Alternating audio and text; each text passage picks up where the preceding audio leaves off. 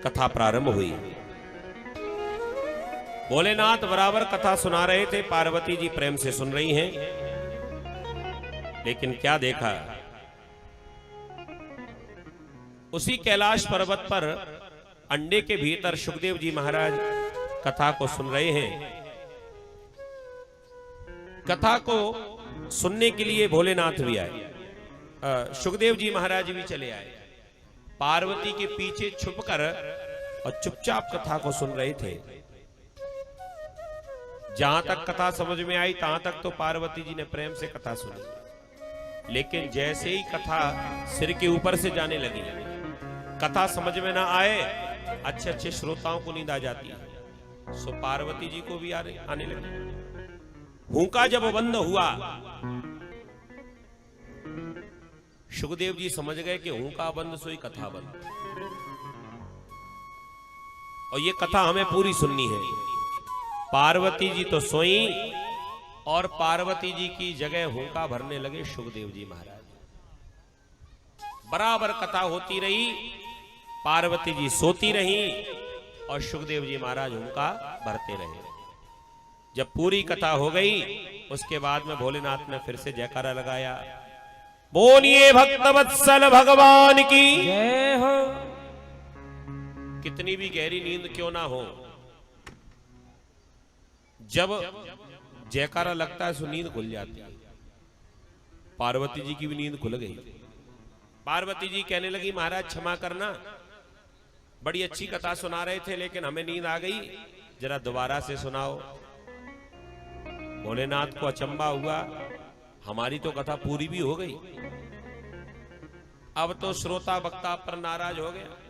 जब हमारा तुम्हारा पहले तय हो गया था कि हम आपको कथा सुनाएंगे, बदले में आप हमें कथा सुनाओगे, बदले में हम आपको हुंका सुनाएंगे, तो महाराज जब मैं सो गई, मेरा हुंका बंद हो गया, तो फिर आपने कथा आगे क्यों बढ़ाई? इस बात का जवाब दीजिए। भोलेनाथ भी चक्कर में पड़ गए। भोलेनाथ ने कहा, यही तो मैं सोच रहा हूं कि जब तुम सो रही थी तो हुंका कौन भर रहा था? इसका मतलब तुम्हारे और मेरे अलावा कोई तीसरा भी यहां पर उपस्थित है। ध्यान लगाकर देखा तो पार्वती जी के पीछे सुखदेव जी महाराज अपनी चोंच को घिस रहे थे। भोलेनाथ को भयंकर क्रोध आया और तुरंत त्रिशूल लेकर सुखदेव जी को मारने के लिए दौड़े। सुखदेव जी ने तुरंत अपने पंखों को फैलाया और सीधे मृत्यु लोक की तरफ उड़ान भरी। सबसे पहले व्यास जी का आश्रम दिखाई पड़ा।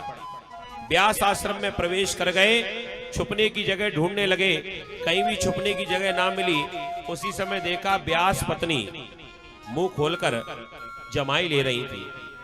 सुखदेव जी ने सोचा इससे बढ़िया जगह नहीं हो सकती, तुरंत मुख में ही प्रवेश कर गए। उधर में पहुंच गए। अब भोलेनाथ इधर उधर ढूंढ रहे थे। सामने से व्यास जी चले आए। व्यास जी ने कहा, महाराज क्या हुआ, क्या ढूंढ रहे हो? व्यास जी ने जब पूछा, भोलेनाथ ने कह दिया, मेरा एक चोर तुम्हारे आश्रम में आया है, वो चोरी करके आया है और बहुत कीमती वस्तु की चोरी हुई है। व्यास जी को हंसी आई। महाराज पहले तो ये बताओ, आपके पास ऐसी कौन सी कीमती वस्तु है जिसकी चोरी हो सके? हमने तो सुना है कि सर्प और बिच्छू, इनके अलावा आपके पास कुछ है ही नहीं। धन धन भोलेनाथ तुम्हारे कौड़ी नाय खजाने में, 3 लोग बस्ती में बसाए और आप बसे वीराने में। महाराज चोरी तो उसकी होती है जिसके खजाना होता है, और आपके यहां तो कुछ है ही नहीं। भोलेनाथ ने कहा, मेरा तो सर्वस्व चोरी हो गया। ऐसा क्या चोरी हुआ? कह दिया, क्या बताऊं, मैं तो अमर कथा सुना रहा था पार्वती को, लेकिन न जाने कहां से कोई शुक शावक आया और मेरी कथा चोरी से सुन ली। व्यास जी महाराज ने सारी बात सुनी, तब पता चला। व्यास जी कहने लगे, महाराज हम समझ गए कि लोग आपको भोलेनाथ क्यों कहते हैं। क्यों? आप इतने भोले हो, आपके जैसा कोई भोला हो ही नहीं सकता। महाराज आप ही बताओ, जो अमर कथा सुन लेता है उसको क्या मिलता है?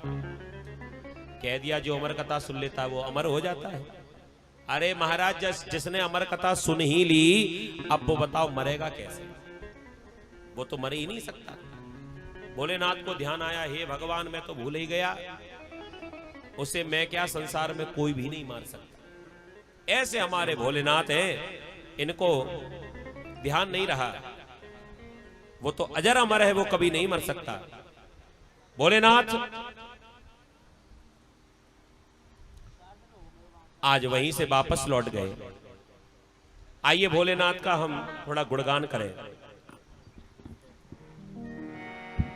और क्या सुंदर भगवान की कथा हम लोग सुन रहे हैं। ऊपर से भी कृपा की वर्षा घनश्याम कर रहे हैं। कोई बात नहीं, भक्तों को गर्मी ज्यादा लग रही थी, तो भगवान ने भी कृपा कर दी। आनंद लीजिए जी।